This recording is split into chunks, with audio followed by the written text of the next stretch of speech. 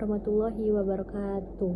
Yang terhormat, dosen pengampu mata kuliah Bimbingan Konseling Anak dan Remaja, yaitu Mistika Febriani MPD, dan teman-teman kelas D yang saya banggakan. Di sini kami akan mempresentasikan hasil kerja kami. Saya Marsyala Sabila dengan NPM 2311080069 dan rekan saya Nia Rusmita dengan NPM 2311080091. Baik, kami akan mempresentasikan hasil kerja kami yang berjudul Menguasai Esensi Bimbingan dan Konseling pada Usia Remaja. A. Remaja dan Bimbingan Konseling. 1. Pengertian remaja. Berbicara tentang remaja, tentunya kita perlu tahu terlebih dahulu siapa yang disebut dengan seorang remaja. Pendapat ini menjelaskan bahwa remaja ini adalah individu yang sedang tumbuh menuju atau mencapai kedewasaan. Bukan bermakna remaja adalah dewasa. Pendapat lain seperti WHO memberikan definisi tentang remaja yang lebih bersifat konseptual. Remaja adalah suatu masa ketika individu berkembang dari saat pertama kali ia menunjukkan tanda-tanda seksual sekundernya sampai saat ia mencapai kematangan seksual. B. Individu mengalami perkembangan psikologi dan pola identifikasi dari anak-anak menjadi dewasa. Terjadi peralihan dari ketergantungan sosial, ekonomi yang penuh kepada keadaan yang relatif lebih mandiri. De Bruin atau dalam RIS mendefinisikan remaja sebagai periode pertumbuhan antara masa kanak-kanak ke dewasa. Menurut Papilia dan Olds, masa remaja adalah masa transisi perkembangan antara masa anak-anak dan dewasa yang pada umumnya dimulai pada pengertian bimbingan dan konseling. Secara umum, bimbingan konseling merupakan suatu proses layanan bantuan yang diberikan oleh konselor kepada individu atau kelompok untuk mengembangkan potensi serta memecahkan persoalan yang dihadapi oleh individu dan kelompok agar tercapai kehidupan efektif sehari-hari.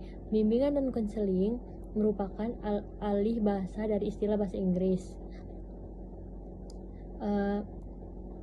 Secara lebih spesifik, pengertian bimbingan konseling dalam SK Mendikbud nomor 020199 yang dikutip Praeto dijelaskan bahwa bimbingan konseling adalah pelayanan bantuan untuk peserta didik baik secara per orang maupun kelompok agar mampu mandiri dan berkembang secara optimal dalam bidang bimbingan pribadi, bimbingan sosial, bimbingan belajar, dan bimbingan karir melalui berbagai jenis layanan dan kegiatan pendukung berdasarkan norma-norma yang berlaku. Baik, saya Nia Rusmita dengan NPM 2311080091. Di sini saya akan melanjutkan materi yang berjudul Tujuan Bimbingan Konseling.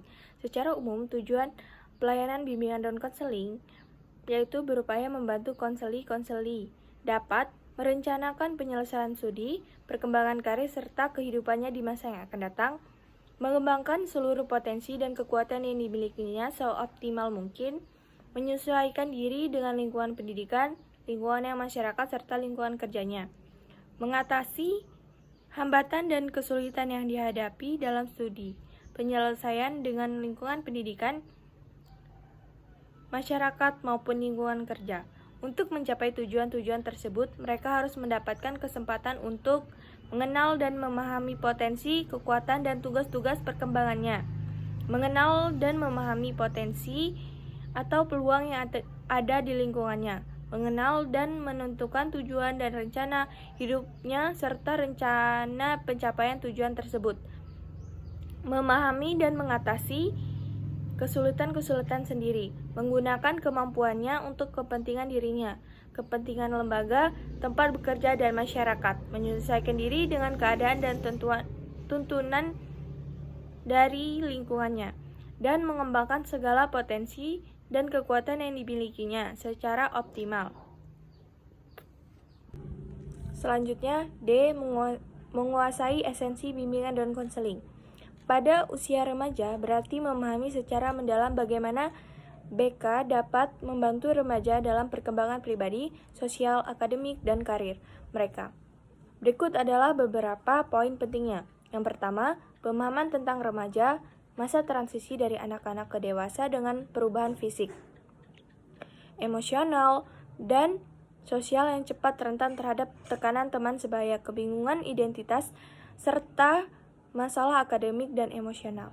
Yang kedua, tujuan bimbingan dan konseling untuk remaja, yaitu ada membantu perkembangan diri, yaitu mengarahkan remaja untuk mengenali potensi dan minatnya.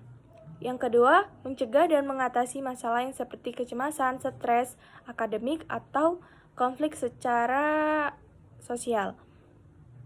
Yang ketiga, meningkatkan keterampilan sosial, yaitu agar mampu berinteraksi dengan baik dalam lingkungan keluarga, sekolah, dan masyarakat. Selanjutnya, membantu perencanaan masa depan, yaitu termasuk pemilihan jurusan atau karir yang sesuai dengan minat dan bakat.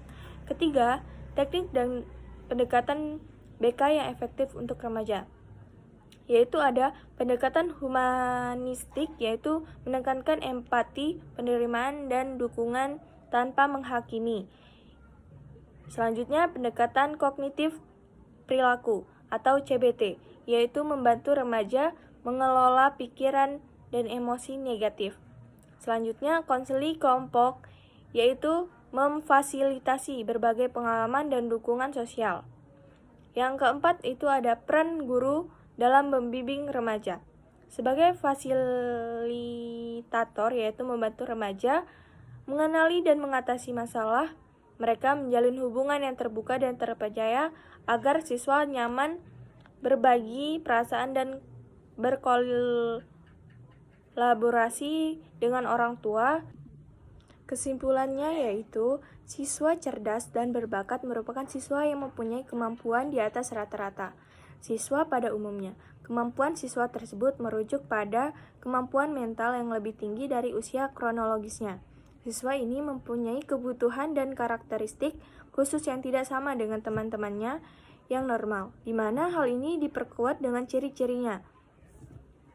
Pengidentifikasikan murid cerdas dan berbakat dapat dilakukan melalui 3 pendekatan, yaitu melalui tes, melalui studi kasus, dan melalui penggabungan keduanya. Mungkin itu saja yang dapat saya jelaskan. Saya ucapkan terima kasih. Wassalamualaikum warahmatullahi wabarakatuh.